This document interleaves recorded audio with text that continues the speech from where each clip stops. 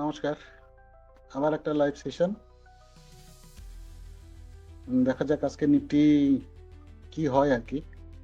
তো এখানে আমরা দেখতে পাচ্ছি আজকে নিফটির ওপেন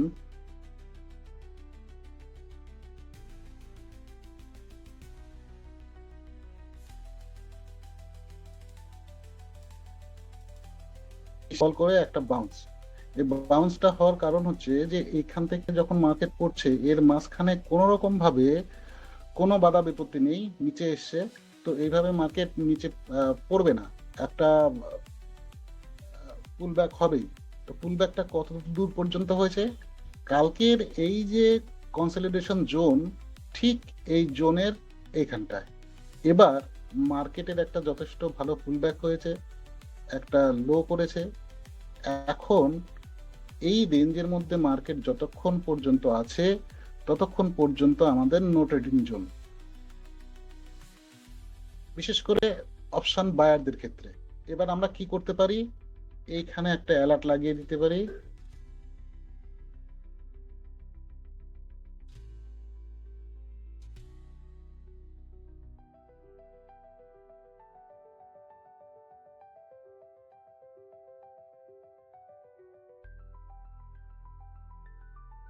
এই জায়গায় লাগিয়ে দিলাম, এখানে একটা অ্যালার্ট লাগিয়ে দেবো, এই দুটো জায়গায় অ্যালার্ট লাগিয়ে দিলাম। এবার মার্কেট যদি এর নিচে আসে, অর্থাৎ এই যে লেভেলটা 850, 23,850, এর নিচে আসলে পারে মার্কেট কত দূর পর্যন্ত যেতে পারে? এই গ্রিন জোন পর্যন্ত যেতে পারে। এটা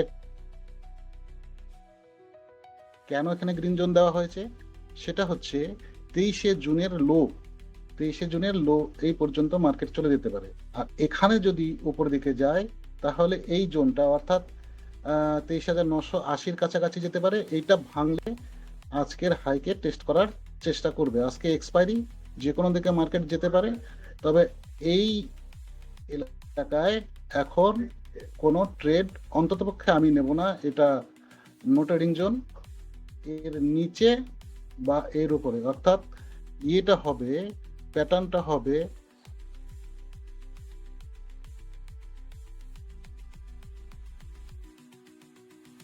হয় এরকম, নয়তো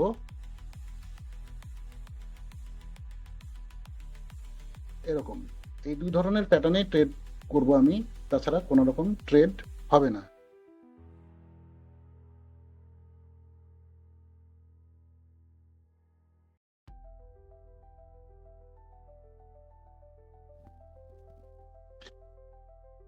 এখানে শুধু একটা জিনিস খেয়াল করে দেখুন, এখানে আহ, গত দুদিন থেকে মার্কেট নিচের দিকে নামছে।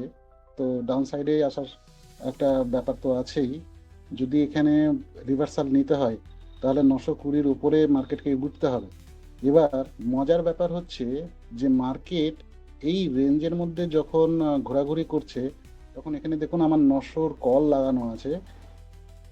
মার্কেট কিন্তু লোয়ের কাছাকাছি আসেনি, কিন্তু এখানে 900-র কল লোয়ের কাছাকাছি চলে এসছে। তার মানে কি যে এখানটায় টাইম ডিকের যেটা হচ্ছে সেই ডিকেটা কিন্তু আজকে এক্সপায়ারির জন্য ফার্স্ট। যার জন্য ইমোশনালি এখানে যদি কোনো বাইং হয়ে যায়, অপশানের নেকেট বাইং, তাহলে কিন্তু এখানে সমস্যা হতে পারে। তো যার জন্যই বায়ারদের ক্ষেত্রে বলছি যে যে কোনো একটা প্রপার সেট আপ যতক্ষণ পর্যন্ত তৈরি না হচ্ছে ততক্ষণ পর্যন্ত কিন্তু এখানে কেনাটা খুব সমস্যা হয়ে দাঁড়াবে। এখন যদি এই মার্কেট এই লোটাকে ব্রেক করে দেয় তাহলে এই কলটা আরো নিচের দিকে চলে আসবে,